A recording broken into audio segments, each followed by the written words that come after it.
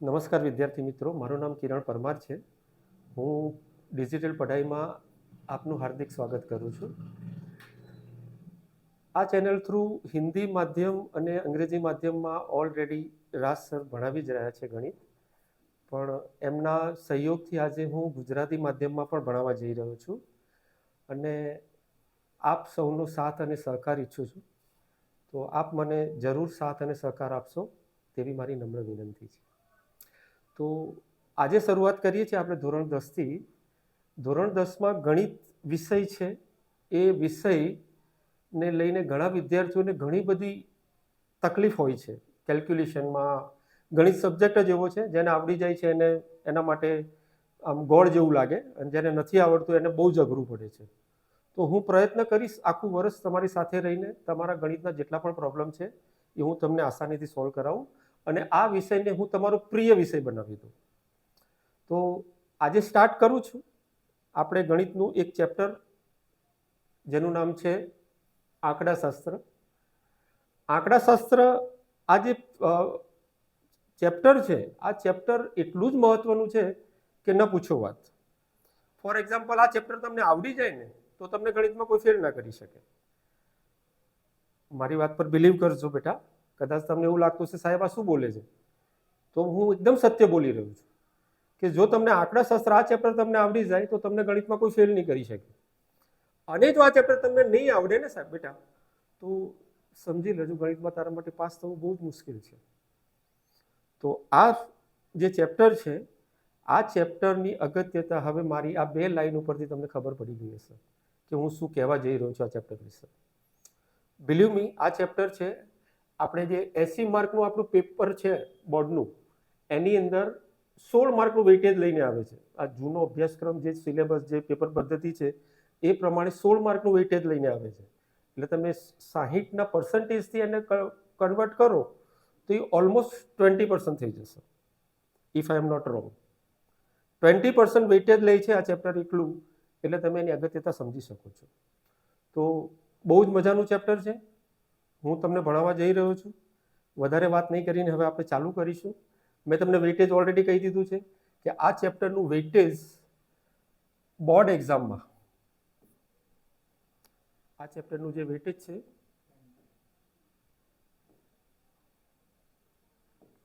Board એક્ઝામમાં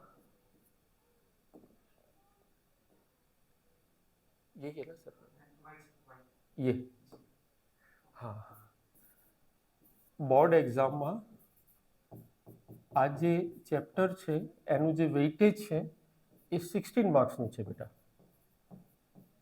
और 16 marks बहुत होते हैं आउट ऑफ 20. मतलब 80 માંથી 16 માર્કનું તો ખાલી તમને આ ચેપ્ટરમાંથી જ આવશે. એટલે તમે સમજી શકો છો કે આની અગત્યતા શું છે. અને આને બિલકુલ લાઇટલી ન લેતા.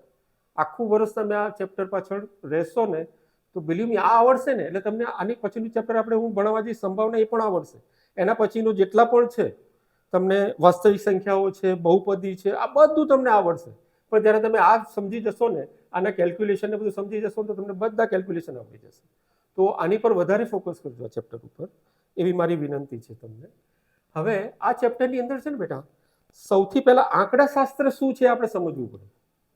આ ચેપ્ટરનું નામ છે ને બેટા આંકડાશાસ્ત્ર. હવે કોઈ પણ ચેપ્ટર ભણો ને તો સૌથી પહેલા તમારે શું કરવાનું, જે ચેપ્ટરનું નામ છે ને એ નામનો મહત્વ, મતલબ એનું મિનિંગ, એનો અર્થ શું થાય એ સમજો પહેલા. જો એનો અર્થ તમે સમજી ગયા તો પછી ચેપ્ટર તમને ઇઝી લાગશે. તો આંકડાશાસ્ત્રનો જે અર્થ છે એ પહેલા આપણે સમજવો પડે. આપણને કોઈ પૂછે કે આંકડાશાસ્ત્ર એટલે શું, તો આપણે શું જવાબ આપવાનો બેટા? તો આંકડાશાસ્ત્રની એક ડેફિનેશન બને છે અહીંયા. આંકડાશાસ્ત્ર એટલે કે કોઈ પણ માહિતી હોય. આની અંદર શું છે બેટા, મહત્વનું શું છે? માહિતી. માહિતી એટલે અંગ્રેજીમાં તમે આપણે જેને ડેટા કહીએ, આપણે લેમેન લેંગ્વેજમાં જે ડેટા છે, માહિતી. આ માહિતીને આપણે એનું પ્રદર્શન કરવાનું, મતલબ એને પ્રદર્શિત કરવાની, એની રજૂઆત કરવાની. શું કરવાનું? એની રજૂઆત કરવાની. માહિતી છે, માહિતીની રજૂઆત કરીએ અને એના રજૂઆત પછી એનું આપણે વિશ્લેષણ કરીએ. શું કરીએ? આપણે એનું વિશ્લેષણ કરીએ. આ જે આખી પ્રોસેસ છે ને, માહિતીને પહેલા શું કરવું પડે? માહિતી એકઠી કરવી પડે. માહિતી એકઠી કરવી. આ માહિતી એકઠી કરવી એટલે શું બેટા? તમે કદાચ ઘણીવાર જોયું હશે, પેલા સર્વેવાળા માહિતી લેવા આવતા હોય છે કે ભાઈ તમને કઈ સિરિયલ ગમે છે. સાસ ભી કભી બહુથી ગમે છે, અને અત્યારે તો પેલી કઈ સિરિયલ ચાલે છે? અનુપમા. અનુપમા બહુ ચાલે છે. તો કઈ સિરિયલ તમને વધારે ગમે છે? તો એવું એક સર્વે પણ, કયું કોલ્ડ ડ્રિંક્સ તમે વધારે પીવો છો? અત્યારે ઇલેક્શનનો સમય છે, તો કયા નેતા તમને વધારે, તમે કયા નેતાને વોટ આપવા માંગો છો? એવું તમે ઘણી મીડિયાવાળા જોતા હશો ને, સવાલો કરતા હશે, ક્યાંક કોઈક જગ્યાએ ફોર્મ ભરાવતા હશે. તો એ શું કરે છે બેટા? એ માહિતી એકઠી કરે છે. તો આંકડાશાસ્ત્રમાં પણ એમ જ છે બેટા, માહિતી એકઠી કરે છે. શું કરે છે? માહિતીને એકઠી કરે છે, માહિતી મેળવે છે. પછી એ માહિતીને એક સારી રજૂઆત કરે છે. મતલબ એક ટેબલના ફોર્મમાં, એક આંકડાકીયમાં આપણે જોઈ શકીએ, ગ્રાફમાં પણ બતાવી શકાય માહિતી. આપણે ગ્રાફ, સ્તંભાલેખ, લંબાલેખ તમે ભણીને આવ્યા છો 9મા ધોરણમાં. તમે પેલા વક્ર દોરતા હતા, આવૃત્તિ બહુકોણ દોરતા હતા, યાદ આવે છે? લંબાલેખ, સ્તંભાલેખ યાદ આવે છે ને? ગઈ સાલ જ ભણીને આવ્યા છો તમે. તો એ શું હતું બેટા?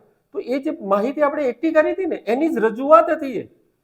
અને હવે આપણે શું કરવાનું છે 10મા ધોરણમાં? હવે આપણે એનું વિશ્લેષણ કરવાનું. મતલબ કે આ જે માહિતી મળી, આપણે એને એકઠી કરી, એની રજૂઆત કરી, હવે આપણે એનું વિશ્લેષણ કરવાનું છે. હવે વિશ્લેષણ એટલે શું? તો માહિતી એકઠી કરવી, એની રજૂઆત કરવી, એનું વિશ્લેષણ કરવું, આ આખી પ્રોસેસ છે ને બેટા, એને જ કહેવાય છે આંકડાશાસ્ત્ર.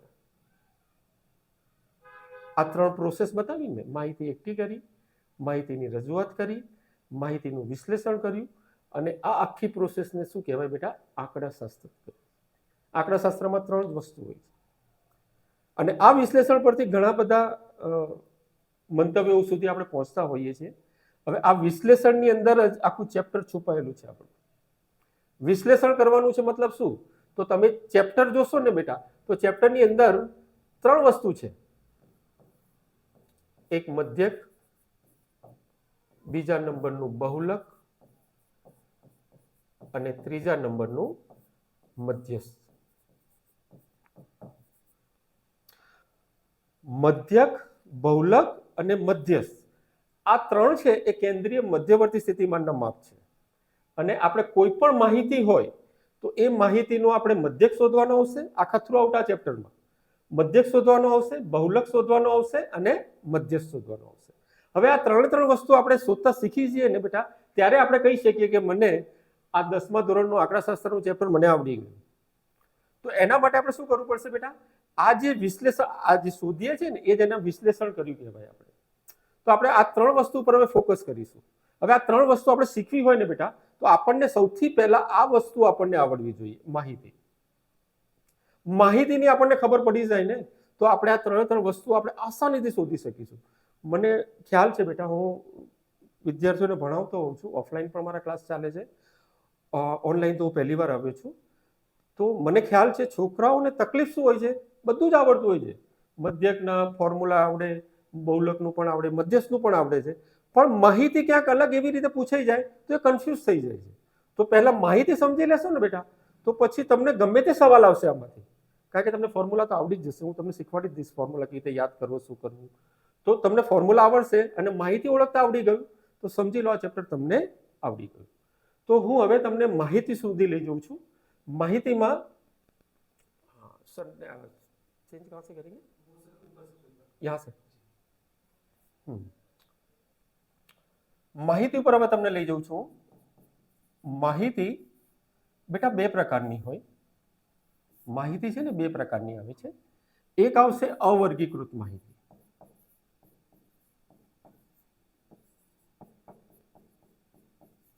અને બીજી આવશે વર્ગીકૃત માહિતી.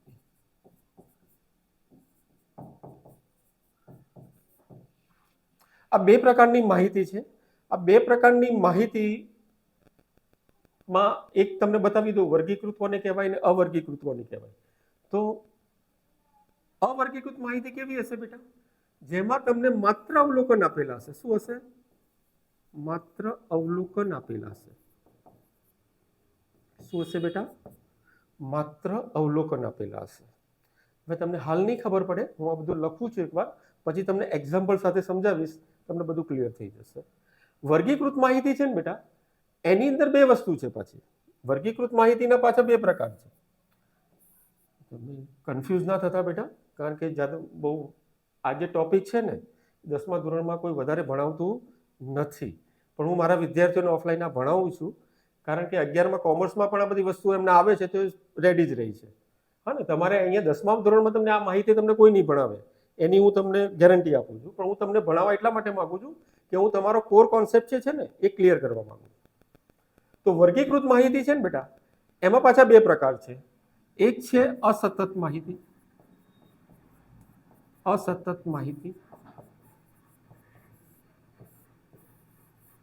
અને બીજી છે બેટા સતત માહિતી.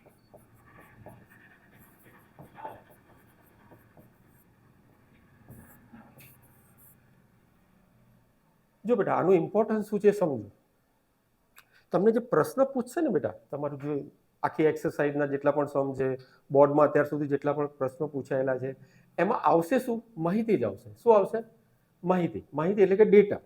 પ્રશ્નમાં જશે ડેટા, અને ડેટાને સોલ્વ કરીને તમારે મધ્યક, બહુલક કે મધ્યસ્થ શોધવાનો આવશે. તો પહેલા તમને માહિતી તમારા દિમાગમાં ક્લિયર હોવી જોઈએ કે મને જે પ્રશ્ન પૂછવામાં આવ્યો છે એ કયું છે, અવર્ગીકૃત માહિતી છે કે એ વર્ગીકૃત માહિતી છે, કઈ માહિતી છે, પહેલા તમારે નક્કી કરવું પડે. જો અવર્ગીકૃત માહિતી હોય તો એમાં શું હશે? માત્ર અવલોકન હશે. અને જો વર્ગીકૃત માહિતી છે તો પાછા એમાં બે પ્રકાર છે. હવે 10મા ધોરણમાં છે ને, તમારા માટે આ વધારે ઇમ્પોર્ટન્ટ છે બેટા. આ 10મા ધોરણમાં ક્યાંય આવતું નથી. અસતત માહિતી જે છે એ 10મા ધોરણના સિલેબસમાં મેં હજુ સુધી કોઈ સવાલ જોયો નથી. તો છે તમારા એક્ઝામ્પલમાં એક બે સવાલ છે આના, પણ એક્ઝામની દ્રષ્ટિએ આ વધારે ઇમ્પોર્ટન્ટ છે. અત્યાર સુધી બધા સવાલ આના ઉપર જ બેઝ બનેલા છે. તો આને ખાસ સમજજો. એક લાઈનમાં હું તમને સમજાવી દઈશ કે આમાં હોય છે શું, એ આપણે ત્યારે સમજી લઈએ છીએ. હવે ત્રણ છે. આમ જોવા જઈએ તો માહિતીના બે જ પ્રકાર છે, પણ હું એને ત્રણ કહું છું. કયા કયા? એક અવર્ગીકૃત માહિતી, એક અસતત માહિતી, અને એક સતત માહિતી. તમને કોઈ પૂછે કે માહિતીના પ્રકાર કેટલા, તો બે જ. કયા કયા? અવર્ગીકૃત માહિતી અને વર્ગીકૃત માહિતી. વર્ગીકૃતમાં કેટલા બેટા? તો વર્ગીકૃતમાં પાછા બે, અસતત માહિતી અને સતત માહિતી. ક્લિયર?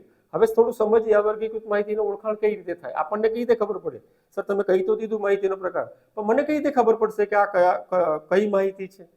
તો માત્ર અવલોકન આપેલા હોય એનો મતલબ એક એક્ઝામ્પલથી સમજાવું. દાખલા તરીકે તમને એમ કે 5, 7, 11, 15 અને 17 નો મધ્યક શોધ. કંઈ પણ પૂછે બેટા. મધ્યક પૂછી શકે તમને, અહીંયા બહુલક પૂછી શકે, મધ્યસ્થ પૂછી શકે, કંઈ પણ પૂછી શકે. હવે આ જે માહિતી છે ને, આની અંદર આપણને શું આપેલું છે? તો માત્ર અવલોકન, આંકડાઓ જ આપેલા છે. 5 છે, 7 છે, 11 છે, 15 છે, 17 છે. આ ખાલી આંકડાઓ જ આપેલા છે. બીજું કંઈ એની સાથે બીજું આપણને કશું આપેલું નથી. તો આ માહિતીને આપણે કોઈ કઈ માહિતી કહી શકીશું? અવર્ગીકૃત માહિતી. તો હવે આઈ હોપ કે તમને ખબર પડી ગઈ હશે કે અવર્ગીકૃત માહિતી કોને કહેવાય. ક્લિયર? હવે આપણે, અને કંઈક હોય તો કમેન્ટ કરજો. તો આને કંઈક વધારે સમજવું હોય તો હું સમજાવીશ. કોઈક એક્ઝામ્પલ હું તમને આપીને સમજાવી દઈશ. હવે અહીંયા સમજો બેટા, આના વિશે સમજીએ. અસતત માહિતી જે તમારા માટે થોડુંક ઇમ્પોર્ટન્ટ વધારે આ છે, પણ આને એક લાઈનમાં આપણે સમજી લઈએ. આની અંદર શું આવશે બેટા? આની અંદર અવલોકન તો આવશે જ, અવલોકન તો આવશે જ, પણ સાથે સાથે એક શબ્દ છે આવૃત્તિ.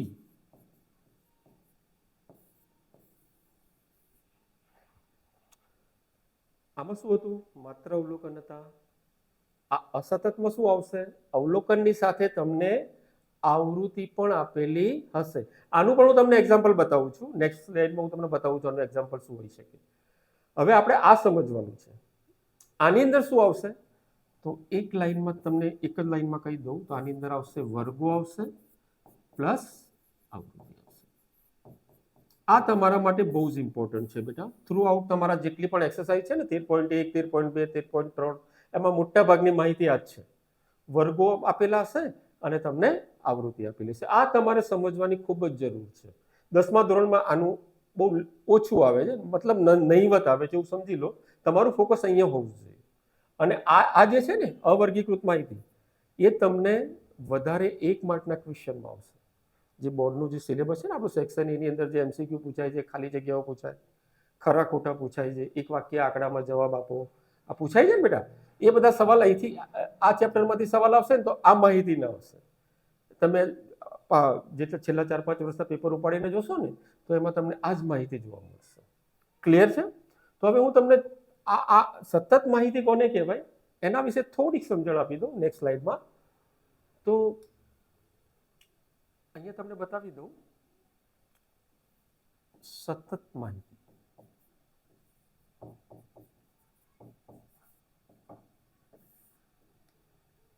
સતત માહિતીની અંદર શું હોય બેટા?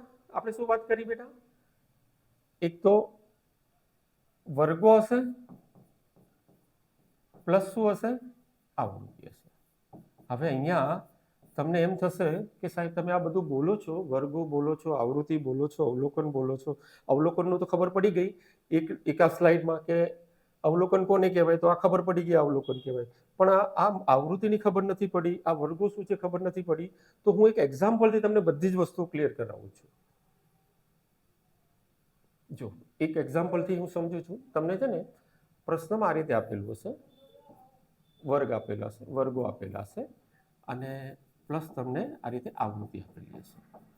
માની લો કોઈ વર્ગ છે ને એ 0 થી 10, 10 થી 20, 20 થી 30, 30 થી 40, 40 થી 50, 50 થી 60, માની લો કે આ રીતે તમને વર્ગો આપેલા છે અને એની સામે તમને આવૃત્તિ આપેલી છે.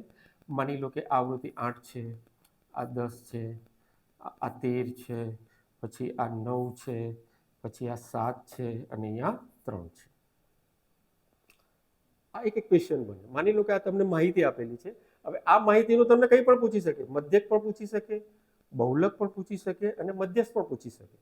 તો આ જે માહિતી છે એ માહિતી સતત માહિતી છે. એવી રીતે કઈ રીતે ખબર પડી મને? તો મને ખ્યાલ છે કે મને સાહેબે સમજાવેલું છે કે વર્ગો અને આવૃત્તિ હોય, વર્ગો અને આવૃત્તિ હોય એટલે એને કઈ માહિતી કહેવાય? સતત માહિતી કહેવાય. 10મા ધોરણમાં આટલું બધું નથી પૂછતા બેટા, પણ હું તમને ડિટેલમાં સમજાવવા માંગુ છું એટલે તમને આ વસ્તુ ભણાવી રહ્યો છું. અગેન કહી રહ્યો છું. આ કામની વસ્તુ છે. જો તમે આગળ કોમર્સ ઓપ્ટ કરશો ને બેટા, કોમર્સ ભણશો ને તો આ બધી વસ્તુઓ તમારી સામે આવીને ઊભી રહી જશે બેટા. તો અત્યારથી સમજેલું હશે તો કોમર્સમાં આગલા વર્ષે તમને તકલીફ નહીં પડે. તો વર્ગો અને આવૃત્તિ, તો આ જે દેખાય છે ને આ 0 થી 10, આ એક વર્ગ છે. શું છે? એક વર્ગ છે. બીજો વર્ગ કયો દેખાય છે? 10 થી 20. ત્રીજો વર્ગ કયો દેખાય છે? 20 થી 30. ચોથો કયો દેખાય છે? 30 થી 40, 40 થી 50, 50 થી 60. તો આ બધા નંબર દેખાય છે ને બેટા, આ નંબરની કંઈક ને કંઈક ઓળખાણ છે. આ નંબર શું છે? આ નંબરની કંઈક ને કંઈક ઓળખાણ છે. માની લો કે આપણે આ વર્ગ લઈએ 0 થી 10, આ એક વર્ગ છે. તો આ બંનેની ઓળખાણ છે કંઈક, મતલબ કે આ 0 શું છે અને આ 10 શું છે. તો પહેલા એ સમજો, આ 0 છે ને બેટા એને આપણે અધસીમા બિંદુ કહીશું. શું કહીશું? અધસીમા બિંદુ. 0 ને આપણે શું કહીશું? અધસીમા બિંદુ. આ જે 10 છે ને બેટા, આ 10 ને આપણે શું કહીશું? ઉર્ધ્વ સીમા બિંદુ. શું કહીશું બેટા? ઉર્ધ્વ સીમા બિંદુ. બે બિંદુઓ છે બેટા. આ એક અંતરાલ છે. શું છે? એક અંતરાલ છે. 0 થી સ્ટાર્ટ થાય અને 10 પૂરું થઈ જાય. 10 ઇન્ક્લુડ નથી આની અંદર. આ વર્ગની અંદર 10 ના આવે, 10 આ વર્ગમાં આવે. આ વર્ગની અંદર 20 નહીં આવે, 19 સુધી આવશે. 20 નહીં આવે, 20 આ વર્ગમાં આવશે. એ ખાસ ધ્યાન રાખજો. ક્લિયર છે? તો આ બંનેની ઓળખાણ ખબર પડી ગઈ તમને? અધસીમા બિંદુ અને ઉર્ધ્વ સીમા બિંદુ. હું તમને એમ કહું કે આનું ઉર્ધ્વ સીમા બિંદુ કયું? તો તમે કહેશો સાહેબ 30 થાય. હું તમને એમ પૂછું કે આ જે વર્ગ છે એનું અધસીમા બિંદુ કયું? તો તમે કહેશો 40 છે સાહેબ. આપણે હાલ જ ભણ્યા. જે આગળ જે હોય છે, આ જે વર્ગમાં બે ઓબ્ઝર્વેશન હશે, બે અવલોકન હશે, તો આગળનું અવલોકન શું બની જાય બેટા? અધસીમા બિંદુ. અને પાછળનું અવલોકન શું બની જાય? ઉર્ધ્વ સીમા બિંદુ. હવે અહીંયા આ માહિતી જે છે બેટા, આ માહિતીની અંદર શું છે? સામે આપેલી છે ને એ આવૃત્તિ છે. શું છે? આવૃત્તિ. મતલબ આ કોઈ ડેટા છે જેની અંદર 0 થી 10 નંબરમાં આવતી સંખ્યા કેટલી છે બેટા? 8 છે. શું છે?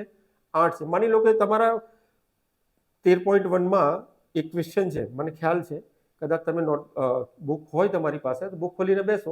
13.1 નો જો પહેલો ક્વેશ્ચન છે ને એ વૃક્ષવાળો છે, એટલે છોડવાળો છે કે કોના ઘરમાં કેટલા છોડ છે. તો 0 થી 10 એમાં સંખ્યા કંઈક અલગ આપી છે, 0 થી 2 આપી છે, 2 થી 4 આપી છે, મને એક્ઝેક્ટલી યાદ છે. તો માની લો કે 10 છોડ હોય એવા ઘર કેટલા? તો 8 ઘર છે. 10 થી 20 છોડ હોય એવા ઘર કેટલા? 10 ઘર છે. અને એ રીતે આપણે સમજીએ તો 20 થી 30 છોડ હોય એવા ઘર કેટલા? અહીંયા ઘરોની સંખ્યા આપી છે તમને, અહીંયા છોડની સંખ્યા આપી છે અને એ ઘરોની સંખ્યા આપી છે. તો આપણે જે છોડની સંખ્યા આપી છે આપણે વર્ગોમાં આપી છે અને ઘરની સંખ્યા આપી છે આપણને આવૃત્તિમાં આપેલી છે. તો આનો મિનિંગ, આ ડેટાને સમજવો પડે કે 20 થી 30 છોડ હોય, માની લો કે આ છોડ છે, શું છે? છોડની સંખ્યા છે. શું છે? છોડની સંખ્યા છે. આ જે વર્ગો આપણને આપેલા છે ને એ છોડની સંખ્યા છે. અને આ શું છે બેટા? આવૃત્તિ ઘરોની સંખ્યા છે.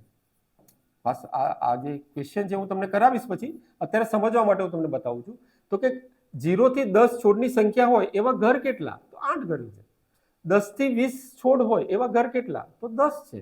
તો આ ડેટાને તમારે સમજવો પડે. ક્લિયર? હવે બીજી એક વસ્તુ છે, તમારે ઘણી બધી વસ્તુઓ સમજવી પડશે ડિટેલમાં, પછી જ આ ચેપ્ટરના ક્વેશ્ચન કરશો તો તમને વધારે મજા આવશે. હવે કોઈ પણ વર્ગ હોય ને બેટા, તો આ વર્ગની એક મધ્ય કિંમત બને. શું બને? થોડુંક હું જે લખાવું છું બેટા, અમુક જે ફોર્મ્યુલાને બને, તો એ ફોર્મ્યુલા જે હોય ને એને નોટ કરતા જજો. અહીંયા મધ્ય કિંમતનો એક ફોર્મ્યુલા સૌથી પહેલા આવશે. મધ્ય કિંમત આ વર્ગની કઈ થાય? કારણ કે મધ્ય કિંમત એક એવી વસ્તુ છે કે તમારે મધ્યકના દાખલા કરશો ને ત્યારે તમારે મધ્ય કિંમત તો પહેલી જ તમારે શોધવી પડશે. અને દરેક દાખલામાં મધ્ય કિંમત આવશે ને આવશે જ્યારે સવાલ તમારો વર્ગો અને આવૃત્તિનો હશે, મતલબ કે સતત માહિતીનો હશે. તો મધ્ય કિંમત કઈ રીતે શોધાય?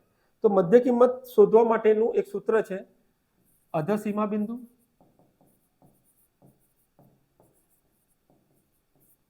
પ્લસ ઉર્ધ્વ સીમા બિંદુ ડિવાઇડેડ બાય 2 ભાગ્યા 2. મધ્ય કિંમતનું સૂત્ર શું થયું બેટા? કે અધસીમા બિંદુ વત્તા ઉર્ધ્વ સીમા બિંદુ, એ બંનેનો સરવાળો કરીને તમે એને 2 થી ભાગી દો તો તમને શું મળશે બેટા? મધ્ય કિંમત. અને મધ્ય કિંમતને આપણે છે ને XI વડે દર્શાવીએ. શાના વડે દર્શાવીએ બેટા? XI વડે. અને આવૃત્તિને છે ને આપણે FI કહીએ. F એટલે ફ્રીક્વન્સી. આવૃત્તિને અંગ્રેજીમાં શું કહેવાય? ફ્રીક્વન્સી. તો ફ્રીક્વન્સીનો F છે, FI એટલા માટે કહીએ છીએ. અને મધ્ય કિંમતને આપણે શું કહીશું? XI કહીશું. ક્લિયર છે આટલા સુધી? હવે બીજો એક અગત્યનું એક વસ્તુ છે વર્ગ લંબાઈ. શું છે બેટા? વર્ગ લંબાઈ. આ સમજી લો. વર્ગ લંબાઈ કોને કહેવાય? માની લો કે હું એમ કહું છું કે આ એક વર્ગ છે 0 થી 10, તો આની વર્ગ લંબાઈ કેટલી? તો શું કરવું પડે બેટા? આપણે વર્ગ લંબાઈ શોધવું હોય તો આપણે ઉર્ધ્વ સીમા બિંદુમાંથી આપણે શું કરવું પડશે બેટા? માઇનસ કરવું પડશે અધસીમા બિંદુ. આ બે ફોર્મ્યુલા જે બન્યા ને બેટા, આ બંને ફોર્મ્યુલા ને સમજજો બેટા અને એને નોટ કરી લેજો. આ બહુ જ ઇમ્પોર્ટન્ટ ફોર્મ્યુલા છે બંને, મધ્ય કિંમત અને વર્ગ લંબાઈના. વિદ્યાર્થીઓને પેલા ફોર્મ્યુલા આવડી જાય છે, મધ્યકના ફોર્મ્યુલા યાદ કરાવી લે, સ્કૂલમાં ટીચર પણ કરાવી લે, અમારા જેવા સાહેબો કરાવી લે, જ્યાં ટ્યુશન કરતા હોય ટ્યુશનના સાહેબો પણ કરાવી લે. પણ આ જે છે ને અહીંયા એમને તકલીફ પડતી હોય છે. ક્યારેક ઉઠાઈને વચ્ચે પૂછી લઈએ ને, બેટા આ 20 અને 30 ની વર્ગ લંબાઈ કેટલી? તો વિદ્યાર્થી માથું ખંજવાડે છે ઘણી વાર. તો આપણે એવું નથી કરવાનું. આપણે અહીંયા કોર કોન્સેપ્ટ શીખવાનો છે. આપણને કોઈ પણ વર્ગનું આપણને પૂછી લે વર્ગ લંબાઈ કેટલી, હું પૂછી લઉં કે 30 અને 20 ની, આ 20 અને 30 નો વર્ગ છે, એની વર્ગ લંબાઈ કેટલી? તો ઉર્ધ્વ સીમા બિંદુમાંથી અધસીમા બિંદુ માઇનસ કરી દો. આ ઉર્ધ્વ સીમા બિંદુ છે, આ અધસીમા બિંદુ છે. 30 માંથી 20 માઇનસ કરી દો, શું મળે બેટા? 10 મળે. આનું કહું તો 50 માંથી 40 માઇનસ કરો, શું મળે વર્ગ લંબાઈ? 10 મળે બેટા. હવે હું તમને એક સવાલ કરું કે 25 થી 45 આની વર્ગ લંબાઈ કેટલી? તો આ ઉર્ધ્વ સીમા બિંદુ છે, આ અધસીમા બિંદુ છે. 45 માંથી 25 માઇનસ કરો, આપણને વર્ગ લંબાઈ મળી જશે. કેટલી મળશે બેટા? વર્ગ લંબાઈ કેટલી મળશે આપણને? 20 મળશે. તો વર્ગ લંબાઈ આપણને ખબર પડી, આપણને મધ્ય કિંમત ખબર પડી. મધ્ય કિંમતનું આપણે નથી પૂછ્યું. ચલો આની મધ્ય કિંમત કહો મને. 0 થી 10 એની મધ્ય કિંમત કેટલી થાય? તો શું કરવું પડે બેટા? આ સૂત્ર આપણે બંનેને પ્લસ કરી દેવાનું. 0 + 10 ભાગ્યા 2. 0 + 10 એટલે 10 ભાગ્યા 2. 10 ભાગ્યા 2 કેટલા આવે? 5 આવે. આનું મધ્ય કિંમતનું આપણે એક કોલમ બનાવવું પડે અહીંયા. માની લો કે આપણે સવાલ કરીશું ને એટલે હું તમને ડિટેલમાં સમજાવીશ. પણ અત્યારે તમને શું રફલી આ બધું બતાવું છું. મધ્ય કિંમત કોને કહેવાય, વર્ગ લંબાઈ કઈ રીતે શોધાય એવું તમને બતાવું છું. ડેટા કોને કહેવાય એ આપણે થોડુંક સમજી લઈએ. પછી આપણે 1 બાય 1 મધ્યક, બહુલક, મધ્યસ્થ શીખીશું. મધ્ય કિંમત આની શું થાય બેટા? તો 5 થઈ. એવી જ રીતે આપણે આની મધ્ય કિંમત કાઢવી હોય 10 અને 20 ની, તો 10 + 20 એટલે થયા 30 અને ભાગ્યા 2 15 આવે બેટા. આની કરવી હોય તો 20 + 30 ભાગ્યા 2, તો 20 ને 30 50, 50 ભાગ્યા 2 25. આની કરવી હોય તો 30 + 40 70 થયા. 70 ભાગ્યા 2 કેટલા થયા? 35. આની શોધવી હોય તો 40 + 50 90 થયા. 90 ભાગ્યા 2 45. 50 + 60 ભાગ્યા 2 50 + 60 110 થયા. 110 ને 2 વડે ભાગો 55. 2 વડે ભાગો એટલે શું બેટા? અડધું કરી દેવાનું. શું કરવાનું? અડધું. ઘણા બધા વિદ્યાર્થીઓ શું ભાગાકારમાં તકલીફ હોય છે. અડધા કરતા તો આવડે ને. હું એમ કહું 100 ના અડધા કેટલા? તો કે 150. 50 ના અડધા કેટલા? 25. 20 ના અડધા કેટલા? 10. 30 ના અડધા કેટલા? 15. ખબર પડે છે ને બેટા? 60 ના અડધા કેટલા? 30. બસ 2 થી ભાગવાનો મતલબ શું થાય બેટા? એને અડધા કરી દેવાના. શું કરવાનું? એને અડધા કરી દેવાના. આ વધારે ઈઝી રહેશે. ઘણા વિદ્યાર્થીઓને 2 થી ભાગવામાં તકલીફ હોય છે બેટા, મને ખ્યાલ છે. એટલા માટે આ વસ્તુ તમને કહું છું કે અડધા કરી દેવાનું. ક્લિયર છે? તો તમને મધ્ય કિંમત સૂત્ર આવડી જાય. કોઈ પણ વર્ગ આપેલો હોય તો એ વર્ગની આપણે મધ્ય કિંમત શોધવી હોય તો આપણને અહીંથી ખબર પડી ગઈ. આ ફોર્મ્યુલાથી આપણને ખબર પડી ગઈ. ફોર્મ્યુલા યાદ રાખવાની જરૂર નથી બેટા. ફોર્મ્યુલા કંઈ તમને એક્ઝામમાં કંઈ કામમાં નથી આવવાનું. કોઈ જગ્યાએ તમને પૂછાશે નહીં.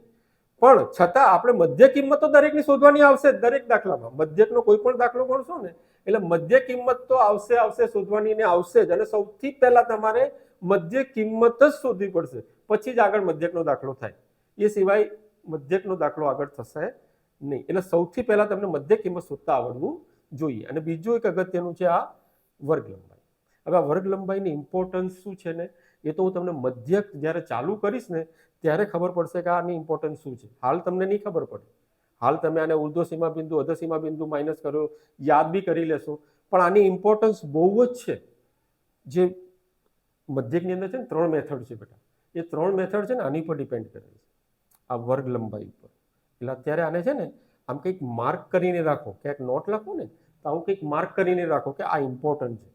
આના ઉપરથી જ તમને આગળ મધ્યકનો આખો જે કન્સેપ્ટ છે ને એ તમારો ક્લિયર થશે. ક્લિયર? વર્ગ લંબાઈ શું યાદ રાખશો? ઉર્ધ્વસીમા બિંદુ માઇનસ અધસીમા બિંદુ. આ યાદ ના રહે ને તો આમ યાદ રાખવાનું. 10 માંથી 0 જાય તો 10, 20 માંથી 10 જાય તો આમ ઉલટું કરવાનું બેટા. 20 માંથી 10 જાય તો 10, 30 માંથી 20 જાય તો 10, 40 માંથી 30 જાય તો 10. મતલબ કે આ જેટલા બી વર્ગો આપેલા છે આપણને એ બધાની વર્ગ લંબાઈ કેવી છે બેટા? સરખી છે. કેટલી છે? 10. ખબર પડી ગઈ? વર્ગ લંબાઈ, મધ્ય કિંમત ખબર પડી ગઈ? આઈ હોપ કે તમને ખબર પડી ગઈ છે. તો આપણે આગળ જઈએ. હવે થોડું મધ્યક, બહુલક, મધ્ય શું કહે છે એના ઉપર થોડી ચર્ચા કરી લઈએ. Very good. ચલો कहाँ चला गया? ये रहा। या कोई बात नहीं. ઠીક છે. તો આપણે શું સમજ્યા અત્યાર સુધી? અત્યાર સુધી મોટું સમજ્યા. આપણે માહિતી સમજ્યા. માહિતીના 2 પ્રકાર છે. એક છે અવર્ગીકૃત માહિતી, બીજી છે સતત વર્ગીકૃત માહિતી. સતત વર્ગીકૃત માહિતી. હવે માહિતીની અંદર વર્ગો આવે તો વર્ગોની આપણે ઓળખાણ લઈ લીધી કે એની અંદર શું હોય? અધસીમા બિંદુ હોય, ઉર્ધ્વસીમા બિંદુ હોય. હવે એ વર્ગની અંદર શું સમાયેલું છે? તો કે એની મધ્ય કિંમત હોય અને એની અંદર એની વર્ગ લંબાઈ હોય. આટલું આપણે સમજ્યા. હવે આપણે આ ચેપ્ટરની અંદર 3 વસ્તુ ભણવાની છે: મધ્યક, બહુલક અને મધ્યસ્થ. હું તમને અલગ અલગ વસ્તુ ભણાવીશ, એક સાથે હું તમને નહીં કરાવું. આપણે સૌથી પહેલા છે ને મધ્યક શોધતા શીખી જઈએ. અને બહુ જ ઇમ્પોર્ટન્ટ છે બેટા. મધ્યકનો દાખલો છે ને બોર્ડની એક્ઝામમાં લગભગ મારા હિસાબથી એના આવવાના ચાન્સીસ છે ને એકાદ દાખલો તો મધ્યકનો હોય ને હોય જ. હજુ સુધી મેં 10માનું બોર્ડનું એક પેપર એવું નથી જોયું જેમાં મધ્યકનો દાખલો ના હોય. આઈ એમ શ્યોર બેટા મધ્યકનો દાખલો રહેશે ને રહેશે. એટલે મધ્યક શોધતા તો તમને આવડવું જ જોઈએ. તો મધ્યકનું આપણે થોડીક સમજણ લઈ લઈએ. મધ્યક, આ જે મધ્યક છે ને બેટા, એને આપણે છે ને એક્સ બાર વડે દર્શાવીએ. શાના વડે? ઘણા છોકરાઓ શું કે ખાલી એક્સ બોલે. એક્સ નહીં બેટા, એક્સ બાર. ઉપર શું છે? ઉપર લાઈન છે ને, આ જે લાઈન, એ લાઈનને આપણે બાર કહીએ, એક્સ બાર. એક્સ બાર વડે આપણે એને દર્શાવીએ છીએ. હવે આ જે મધ્યક છે ને, એને શોધવાની 3 રીતો છે. શું છે? 3 રીતો છે. હવે મધ્યક શોધવાની રીતો એટલે મેથડ કેટલી છે? 3 છે. હા ને? તો હું શું કરીશ બેટા, 3 અલગ અલગ કરીને બતાવીશ. એક છે સીધી રીત. સીધી રીત કહેવાય, યા તો પ્રત્યક્ષ રીત કહેવાય. શું કહેવાય? પ્રત્યક્ષ રીત. બીજી છે, હું આ રીતે અલગ કરીને બતાવીશ તમને. બીજી છે ધારેલા મધ્યકની રીત. શું છે? ધારેલા મધ્યકની રીત. અને ત્રીજી છે પદ વિચલનની રીત. ये पेन के नीचे पेन, ओके. इरेजर इसमें, okay okay, done done. Pen ले लेना. 3 नंबर पद विचलनની રીત. ઓકે, આ 3 રીતો છે બેટા આપણી મધ્યક શોધવાની. હવે આ 3 રીતો છે, એના 3 ફોર્મ્યુલા બનશે તમારી પાસે. ફોર્મ્યુલા તો તમને આવડવા જ જોઈએ. ફોર્મ્યુલા આપણે સમજીએ છીએ તો થોડું બતાવી દઉં. પહેલાં ફોર્મ્યુલા લખી દઉં, પછી આપણે એની થોડી વાત કરીએ. પહેલો ફોર્મ્યુલા છે આપણે મધ્યક એક્સ બાર, જે સીધી રીતનો છે, એનો ફોર્મ્યુલા છે sigma FI XI upon sigma FI. આ સીધી રીતનો મધ્યકનો ફોર્મ્યુલા છે. શું છે બેટા? સીધી રીતનો મધ્યકનો ફોર્મ્યુલા છે. હવે ધારેલા મધ્યકની રીત. ધારેલા મધ્યકના રીતની પણ હું તમને ફોર્મ્યુલા લખી દઉં છું. એક્સ બાર બરાબર A plus sigma FI D I. હમણાં ડરી ના જતા બેટા, ડરી ના જતા. ફોર્મ્યુલા જોઈને બહુ કંઈ નથી ફોર્મ્યુલામાં, એકદમ આસાન છે. હું બતાવું છું તમને. પહેલાં હું લખી દઉં 3, પછી આપણે એને સમજીએ પછી. આ જે ફોર્મ્યુલા બન્યો એ કયો બન્યો બેટા? ધારેલા મધ્યકની રીતનો. પદ વિચલનનો છે બેટા એક ફોર્મ્યુલા, એક્સ બાર બરાબર A plus sigma F I U I upon sigma F I into H. આ 3 ફોર્મ્યુલા છે.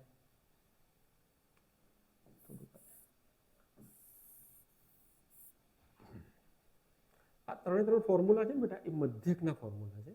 અને જે મધ્યક શોધવાની જે રીતો ખરી ને, મધ્યક શોધવાની રીતો 3 છે. 3 રીતે આપણે મધ્યક શોધી શકીએ. એક સીધી રીત છે, એક ધારેલા મધ્યકની રીત છે, અને એક પદ વિચલનની રીત છે. હવે આ સીધી રીત, હવે એક સવાલ અહીંયા બને છે, અને વ્યાજબી સવાલ હોય છે વિદ્યાર્થીઓનો, દર વર્ષે હોય છે, કે સાહેબ અમારે કઈ રીતનો ઉપયોગ કરવો? તમે 3 રીતો કહો છો, તો અમારા માટે કઈ સારું? અમે કઈ રીતનો ઉપયોગ કરીએ? તો બેટા બહુ સિમ્પલ એક એનો આન્સર છે કે તમને પરીક્ષક એમ પૂછે કે ધારેલા મધ્યકની રીતે કરો, તો કઈ રીત કરશો? પદ વિચલન કરશો? ના કરાય બેટા, ના માર્ક મળે. તમને જ્યારે ધારેલા મધ્યકની રીત પૂછે તો તમારે આ રીતથી જ તમારે દાખલો ગણવો પડે. જો તમને એમ પૂછે કે પદ વિચલનની રીતે દાખલો કરો, તો તમારે પદ વિચલનની રીતે જ કરવો પડે. તમે કોઈ એ વખતે તમે ધારેલા મધ્યકની રીતે કરી શકો નહીં. તમને એમ પૂછે સીધી રીતથી કરો, તો શું તમે આ 2 રીતથી કરી શકશો? કદાચ કરી પણ લેશો તો શું માર્ક મળશે? Answer is no. ખબર પડી બેટા હું શું કહેવા માંગુ છું? હું એવું કહેવા માંગુ છું કે પરીક્ષક તમને જે પૂછે એ રીતનો ઉપયોગ તમારે કરવાનો. હવે એક બીજો સવાલ થાય, અહીંયા એક બીજો સવાલ આવે છે. કેવો? કે પરીક્ષક કંઈ ના પૂછે, ખાલી એમ કે મધ્યક શોધો, તો પછી તમને જે ફાવે એ રીત. તમને જે ફાવે એ રીત. અરે સાહેબ, અગેન કન્ફ્યુઝન. અરે કોઈ કન્ફ્યુઝન નથી બેટા. તમને ત્રણે રીત હું શીખવાડીશ. આ ત્રણ રીતમાં શું શું વસ્તુ છે, કઈ રીતનો ઉપયોગ કરીએ તો કઈ રીતે આપણને ઇઝી પડે એ પણ હું તમને સમજાવીશ. હવે હું જે સમજાવવા જઈ રહ્યો છું થોડા ધ્યાનથી સમજીએ, પણ પહેલા આપણે આ ફોર્મ્યુલા છે, આ ફોર્મ્યુલા શું કહેવા માંગે છે સમજી લઈએ. અહીંયા સમજો બેટા, અહીંયા આ તો ખબર પડી ગઈ આ શું છે, મધ્યક છે. અહીંયા એક આ નિશાની છે, આને શું કહેવાય? આને કહેવાય સિગ્મા. શું કહેવાય છે? સિગ્મા. આનું નામ શું બેટા? સિગ્મા. આને સિગ્મા કહેવાય છે. સિગ્માનું મિનિંગ શું? સિગ્માનું મિનિંગ એટલે અંગ્રેજીમાં એને સબમિશન કહેવાય. શું કહેવાય છે? સબમિશન. સમ. શું કહેવાય?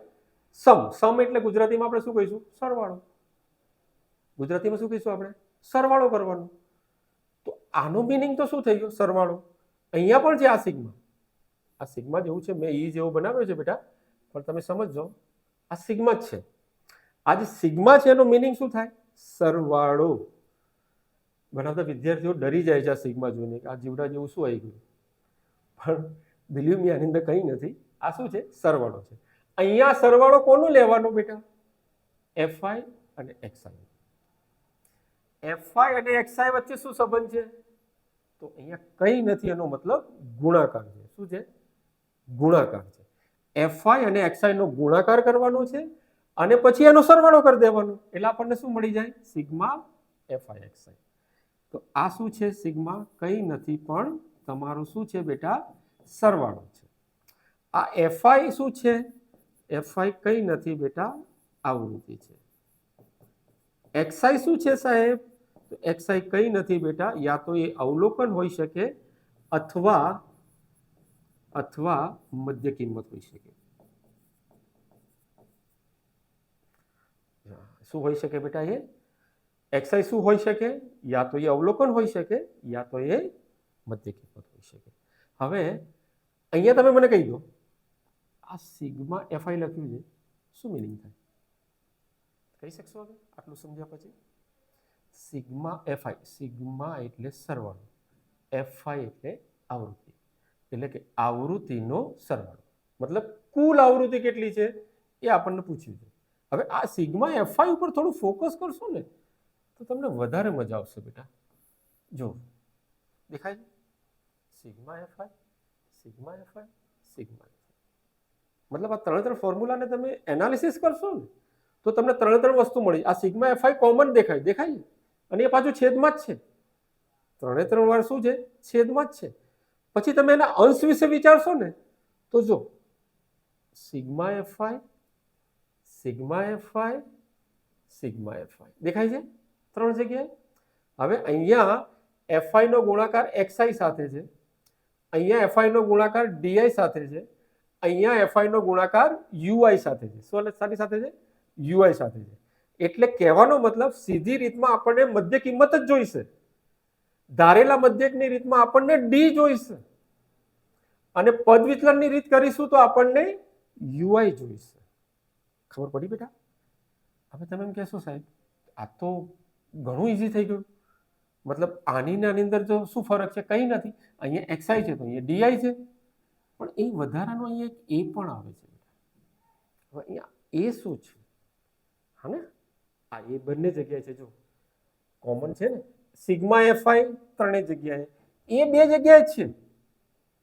આ એ છે ને એ ધારેલા મધ્યકની રીતમાં અને પદ વિચલનની રીતમાં જ છે, સીધી રીતમાં એ નથી. પછી અહીંયા તમે જો આ બંનેને તમે કમ્પેર કરશો ને તો આટલા સુધી, આટલા સુધી, આટલા સુધી એચ કાઢી નાખો. હમણાં તમે ધ્યાનથી જુઓ તો ખાલી અહીંયા ડીઆઈ છે અને અહીંયા યુઆઈ છે, બાકી બધું સેમ છે. એ છે, એ છે, સિગ્મા એફઆઈ છે, સિગ્મા એફઆઈ છે, સિગ્મા એફઆઈ ડીઆઈ છે, અહીંયા શું મળ્યું છે આપણને? Sigma F I UI. હવે પહેલાથી જ આપણને ખબર પડી જાય કે અહીંયા શું આવશે? ડીઆઈ આવશે, અહીં શું આવશે? યુઆઈ આવશે, અહીં શું આવશે? એક્સઆઈ આવશે. જો આટલી જ આપણને પહેલા ખબર પડી જાય તો ફોર્મ્યુલા યાદ રહી જશે. આઈ હોપ કે યાદ રહી જશે. મારા વિદ્યાર્થીઓને યાદ રહી જાય છે આ રીતે. હું સીધી રીત પૂછું તો એમને એક્સઆઈ મતલબ સિગ્મા એફઆઈ એક્સઆઈ, ડીઆઈ પૂછું તો એમને યાદ રહેશે એફઆઈ ડીઆઈ, ધારેલા મધ્યકનું પૂછું તો, અને જો પદ વિચલનનું પૂછું તો યુઆઈ.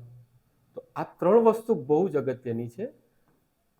આ એક્સઆઈ મેં તમને ઓલરેડી સમજાવી દીધું છે. આ એક્સઆઈ એટલે શું છે બેટા? મધ્ય કિંમત. અને મધ્ય કિંમત કઈ રીતે શોધાય એ મેં તમને સમજાવી દીધું છે કે વર્ગ આપેલા હોય તો જે વર્ગમાં અધસીમા ઉધ્વસીમા બિંદુ હોય એનો સરવાળો કરીને 2 થી તમે ભાગી દો તો તમને શું મળી જાય? મધ્ય કિંમત. તો આવૃત્તિ આપેલી હશે, મધ્ય કિંમત શોધી લો, એ બંનેનો ગુણાકાર કરો, એનો સરવાળો કરો અને કુલ આવૃત્તિ વડે એને ભાગાકાર કરી દો એટલે તમને શું મળી જાય બેટા? મધ્યક. આ સીધી રીત તો એકદમ આસાન છે. ક્લિયર છે? અહીંયા એ આવે છે ને બેટા, એ છે ને આપણો ધારેલો મધ્યક છે. શું છે? ધારેલ મધ્યક. શું છે બેટા? ધારેલો મધ્યક. મતલબ કે અહીંયા આપણે છે ને ધારણા કરવી પડશે. આપણે શું કરવું પડશે? ધારણા કરવી પડશે કે મધ્યક આમાં કયો હોઈ શકે. અને ધારણા તમારી કંઈ પણ હોઈ શકે બેટા. દાખલાનો જવાબ તો એ જ આવશે. તમે એ મતલબ 50 ધારશો તો પણ જવાબ એ આવશે, 25 ધારશો તો પણ જવાબ એ આવશે. જ્યારે દાખલા કરીશું ત્યારે ડિટેલમાં સમજીશું એને. પણ અત્યારે સમજી લો કે એ શું છે? ધારેલ મધ્યક છે. હવે અહીંયા એક ડીઆઈ છે. શું છે? ડીઆઈ. હવે આ ડીઆઈ કઈ રીતે મળે? તો ડીઆઈ એટલે શું? ડીઆઈ એટલે શું? ડીઆઈ એટલે ડિવિએશન બેટા. ડી કેમ કીધું છે? ડિવિએશન કીધું છે. ડિવિએશન નો એનું એક ફોર્મ્યુલા છે એક્સઆઈ માઇનસ એ. આ બહુ જ ઇમ્પોર્ટન્ટ છે બેટા. 1 માર્કમાં છે ને સેક્શન એમાં પૂછી લે છે ક્યારેક ક્યારેક. બોર્ડ એક્ઝામમાં ઘણી વાર પૂછેલું છે. થોડો આઈએમપી છે ડીઆઈનો ફોર્મ્યુલા અને યુઆઈનો ફોર્મ્યુલા બંને ઇમ્પોર્ટન્ટ છે. વિદ્યાર્થીઓને યાદ નથી રહેતા પણ યાદ રાખજો બેટા. ડીઆઈનો ફોર્મ્યુલા શું બને? ડી કઈ રીતે શોધાય બેટા? તો આ એક્સઆઈ એટલે કે મધ્ય કિંમત. મધ્ય કિંમતથી આપણે આ ધારેલો મધ્યકને માઇનસ કરીએ ને એટલે આપણને શું મળે? ડીઆઈ મળે. આનું જ્યારે આપણે પ્રેક્ટિકલી ક્વેશ્ચન સોલ્વ કરીશું ને ત્યારે વધારે આઈડિયા આવશે. અત્યારે ખાલી આટલું સમજી લો કે ડીઆઈ એટલે શું? તો કે મધ્ય કિંમતમાંથી આપણે ધારેલો મધ્યક માઇનસ કરવાનો છે. મતલબ કે એક્સઆઈ માઇનસ એ. ક્લિયર છે આટલા સુધી? Very good. ચલો અહીંયા જુઓ બેટા. પદ વિચલનની રીતમાં અહીંયા આપણી પાસે આ એ છે એ તો તમને ખબર છે શું છે? ધારેલ મધ્યક છે. શું છે? ધારેલ મધ્યક છે. અહીંયા સિગ્મા એફઆઈ ને યુઆઈ, મતલબ યુઆઈ આવ્યો ને અહીંયા, તો અહીંયા યુઆઈ નો પણ એક ફોર્મ્યુલા બને છે વિચ ઇઝ અગેન 1 માર્ક માટે બહુ જ ઇમ્પોર્ટન્ટ છે. યાદ રાખજો. યુઆઈ નો ફોર્મ્યુલા બનશે બેટા આજ એક્સઆઈ માઇનસ એ. આ જે છે ને એક્સઆઈ માઇનસ એ, અહીંયા પણ એક્સઆઈ માઇનસ એ રહેશે. ખાલી ફરક એટલો આવશે કે અહીંયા તમારે એસ થી ડિવાઈડ કરવું પડશે. બસ. ઇઝી છે ને બેટા? યાદ રહે એવું જ છે. આમાં શું મોર મૂકવાનું? હાઉ ઇઝી છે. એક્સઆઈ માઇનસ એ અપોન એચ કરી દો તો યુઆઈ થઈ જાય. ખાલી એક્સઆઈ માઇનસ એ કરો તો ડી થઈ જાય. અને આ બંને ફોર્મ્યુલા યાદ રાખજો બેટા. અને હું આશા રાખું છું કે આ ચેપ્ટર છે ને તમે યાદ કરી, મતલબ આને તમે શીખી ગયા ને એકવાર અને આની પ્રેક્ટિસ તમે આખું વર્ષ કરીને તો આ માર્ક આ જે ચેપ્ટરના 16 માર્ક છે ને 16 માર્ક તમારા આવશે બેટા. હું ગેરંટી આપું છું. પણ તમે હું જે કહું છું એટલું કરતા જજો. આ ફોર્મ્યુલા ભૂલતા નહીં. આ ફોર્મ્યુલા તો તમારે ભૂલવાના જ નથી, પણ આ ફોર્મ્યુલા પણ ભૂલતા નહીં. ડીઆઈનો અને યુઆઈનો કેમ ના ભૂલતા બેટા? એનું એક રીઝન પણ છે. 1 માર્કમાં પૂછી લેજે. હા ને? અને તમારે લખવું પણ પડશે. મધ્યકના દાખલા ગણશો ને તો ઘણા વિદ્યાર્થીઓ શું કરે? ખાલી ડીઆઈ બનાવે ટેબલની અંદર, ડીઆઈ અને યુઆઈ લખે. એવું નથી કરવાનું. ડીઆઈ લખો ને જોડે જોડે આપણે એનો ફોર્મ્યુલા પણ લખવું પડે. હું તમને જ્યારે આપણે સોલ્વ કરીશું ને, દાખલા સોલ્વ કરીશું ત્યારે હું તમને સમજાવીશ. તો આ 3 મેથડ છે. ક્લિયર? તો આ 3 મેથડ છે. હવે એક વસ્તુ, એક સવાલ થાય કે સાહેબ મને એક્ઝામમાં પૂછી લે ધારેલ મધ્યકની રીત તો હું આ રીત કરીશ. મને પૂછી લે સીધી રીત તો હું આ રીત કરીશ, મતલબ આ ફોર્મ્યુલાથી કરીશ. મને પૂછી લે પદ વિચલનની રીત તો હું આ ફોર્મ્યુલાથી કરીશ. પણ મને કંઈ ના કહે તો? કંઈ ના કહે ને બેટા તો તમારે ડિસાઈડ કરવું પડશે કે તમારા માટે બેસ્ટ કઈ. તો હું તો તમને પ્રિફર કરું છું, મોટા ભાગના આપણા જે દાખલા છે ને 13.1 બધા પદ વિચલનની રીત આ વ્યવસ્થિત સમજી લીધું. આ રીત તમે વ્યવસ્થિત સમજી ગયા ને અને આ રીત તમે ફોકસ કરશો ને, કંઈ ના પૂછે તો પદ વિચલનની રીત કરી દેવાનું. પોઈન્ટ વાળા સમ આવે ને પદ વિચલન જ જોઈએ. આવૃત્તિ શોધવાનો દાખલો આવે ને પદ વિચલનથી જ થાય બેટા. તો આ બહુ જ ઇમ્પોર્ટન્ટ છે. આ જે છે ને પદ વિચલનની ઇમ્પોર્ટન્ટ છે. આ એક છે, આ તમને આવડવું જોઈએ. ક્લિયર છે? પણ હજુ એક વસ્તુ આની અંદર છે, મિસિંગ છે મારા માટે, કે સર તો બી થોડુંક વધારે સમજવું હોય તો મેં તમને આગળના સ્લાઇડમાં મેં તમને બતાવ્યું હતું ને, મેં તમને જરા કહ્યું હતું, યાદ કરો શું કહ્યું હતું મેં? ક્યાં ગઈ સ્લાઇડ સર? મેં કહ્યું હતું ને આ બહુ જ ઇમ્પોર્ટન્ટ છે. મેં આપણે કહ્યું હતું કે આ છે ને બહુ જ ઇમ્પોર્ટન્ટ છે. કઈ રીતે ઇમ્પોર્ટન્ટ છે હવે આપણે સમજીએ. જો માની લો કે તમને કોઈક ડેટા આપ્યો છે. આ રીતે તમને વર્ગ આપ્યા છે 0 થી 5, 5 થી 10, 10 થી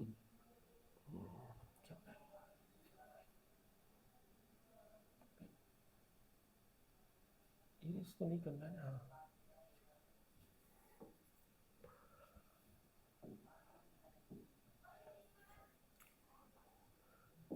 10 से 15, 15 થી 20, 20 થી 25 આ રીતે વર્ગ આપેલા છે તમને, અને એની સામે તમને આવૃત્તિ આપેલી છે. આવૃત્તિ માની લો 13 છે, 8 છે, 12 છે, 9 છે અને 5 છે. માની ફોર એક્ઝામ્પલ આવો એક ડેટા આપેલો છે, અને આ ડેટા પરથી તમને મધ્યક શોધવાનું. તો આની અંદર સૌથી પહેલાં છે ને તમારે વર્ગો ચેક કરવાના બેટા. આ જે પોર્શન છે ને આ તમારે ચેક કરવાનું. તમે જુઓ બેટા, આ દરેકની વર્ગ લંબાઈ ચેક કરો.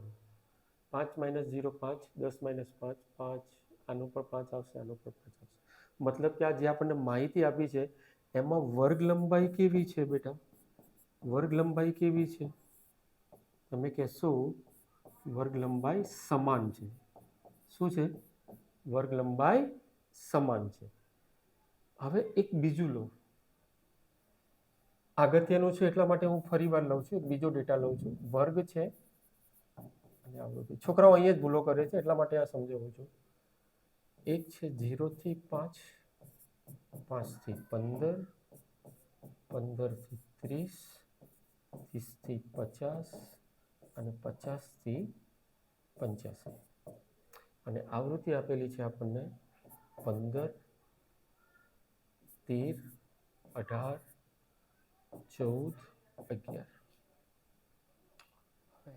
અહીંયા આપણે જોયું આ ક્વેશ્ચનની અંદર તો આપણને શું હતું બેટા? જે વર્ગ લંબાઈ આપી હતી કેવી હતી? સમાન હતી. હવે અહીંયા ચેક કરો તો જરા, આની વર્ગ લંબાઈ કેટલી થાય છે બેટા? 5 થશે. 5 - 0 વર્ગ લંબાઈ તો આપણે શું કરીએ? ઉર્ધ્વસીમા બિંદુમાંથી અધોસીમા બિંદુ માઇનસ કરીએ તો 5 - 0 શું થાય? 5 થાય. 15 - 5 કરીએ તો વર્ગ લંબાઈ મળે આપણને, વર્ગ લંબાઈ આપણને મળશે વર્ગ લંબાઈ આપણને મળશે 10. અહીંયા 30 માંથી 15 જાય તો 15, 50 માંથી 30 જાય તો 20, 85 માંથી 50 જાય તો 35. તો અહીંયા જુઓ બેટા, આ જે માહિતી છે એની અંદર આપણને આ વર્ગ લંબાઈ કેવી મળે છે? અહીંયા વર્ગ લંબાઈ આપણને કેવી મળે છે? અસમાન. શું મળે છે બેટા? અસમાન અને અનિયમિત. શું? અનિયમિત. મતલબ કે તમને જે પ્રશ્ન આપશે ને બેટા એમાં ક્યારેક એવું બનશે કે વર્ગ લંબાઈ સમાન હશે, ક્યારેક એવું બનશે કે વર્ગ લંબાઈ કેવી હશે? અસમાન અને અનિયમિત હશે. તો આ બે કન્સેપ્ટ છે બેટા. આ તમારે કોઈ પણ ક્વેશ્ચન જોવો ને તો પહેલા આ જ નક્કી કરો, વર્ગ લંબાઈ કેવી છે? વર્ગ લંબાઈ સમાન છે કે અસમાન છે? પહેલા નક્કી કરી. તો હવે માની લો કે તમને આ ક્વેશ્ચન આપ્યો છે, વર્ગ લંબાઈ સમાન છે, તો છે ને વર્ગ લંબાઈ સમાન આવે ને બેટા એટલે તમે કોઈ પણ રીતે દાખલો કરશો ને જવાબ સેમ જ આવશે. તમે પદ વિચલનથી કરશો, ધારેલા મધ્યકની રીતથી કરશો, સીધી રીતથી કરશો, તમારો જવાબ સેમ આવશે. અને વર્ગ લંબાઈ અસમાન હશે ને બેટા અને તમારો મધ્યકનો દાખલો પૂછાશે ને તો તમારો એક્યુરેટ જવાબ કયો આવશે? ક્યાંથી આવશે ખબર છે? તમારો એક્યુરેટ જવાબ ફક્ત અને ફક્ત ધારેલા મધ્યકની રીતથી આવશે. ક્યાંથી આવશે બેટા? ધારેલા મધ્યકની રીતથી.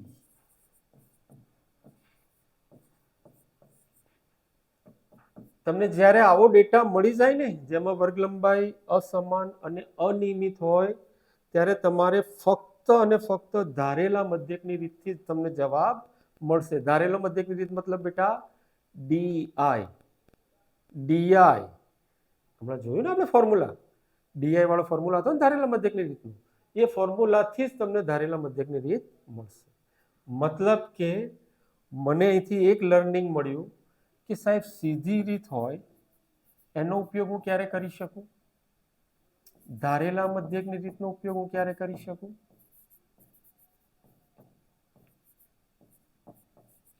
અને પદ વિચલનની રીત,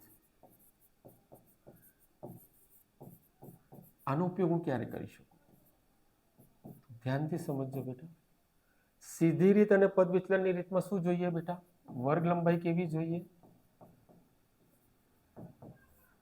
સમાન હોય. શું હોય? સમાન હોય. અહીંયા પણ શું હશે બેટા? વર્ગ લંબાઈ કેવી હશે? સમાન હશે. ખાલી અહીંયા આ યાદ રાખવા માટે છે બેટા. અહીંયા શું હશે બેટા? વર્ગ લંબાઈ કેવી હશે? અસમાન. આ હું ઉપયોગ બતાવું છું. શું બતાવું છું? ઉપયોગ. કઈ રીતનો ઉપયોગ કરવો? તો જ્યારે પ્રશ્નની અંદર આપણને વર્ગ લંબાઈ અસમાન આપેલી હોય ત્યારે ફક્ત અને ફક્ત ધારેલા મધ્યકની રીતનો જ ઉપયોગ થશે બેટા. અને જ્યારે આપણને પ્રશ્નમાં વર્ગ લંબાઈ સમાન આપેલી હશે તો આપણે આ રીત કે આ રીત બંનેમાંથી કોઈનો પણ ઉપયોગ કરી શકીશું. ક્લિયર છે?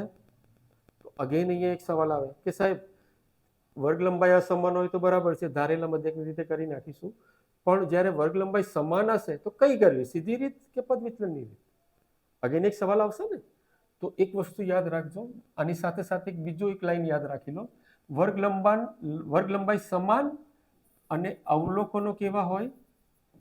અવલોકનો નાના હોય. શું હોય? અવલોકનો નાના હોય. અહીંયા પદ વિચલનની રીતમાં ઉપયોગ ક્યારે કરવાનો? વર્ગ લંબાઈ સમાન હોય અને અવલોકનો મોટા હોય. શું હોય? અવલોકનો મોટા હોય. વર્ગ લંબાઈ સમાન હોય અને અવલોકનો નાના હોય તો સીધી રીત, વર્ગ લંબાઈ સમાન હોય અને અવલોકનો મોટા હોય તો પદ વિચલનની રીત. અને જો વર્ગ લંબાઈ અસમાન હોય તો પછી એક જ રીત છે, ધારેલા મધ્યકની. આઈ હોપ ખબર પડી ગઈ હશે. આઈ હોપ ખબર પડી ગઈ હશે. ક્લિયર છે? તો આ હતું મોટું આપણે મધ્યક શોધવા માટે આપણને શું શું જરૂર પડે એનું મોટું આપણે ઇન્ટ્રોડક્શન મેં બનાવ્યું છે. હવે વિડીયોને વધારે હું લાંબો નથી કરતો.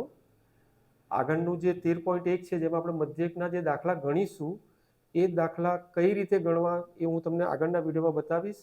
પણ હું તમને પહેલાં એક અરજ કરવા માગું છું કે આપને મારો વિડીયો ગમ્યો હોય તો ડિજિટલ પઢાઈ કરીને પ્લેટફોર્મ છે,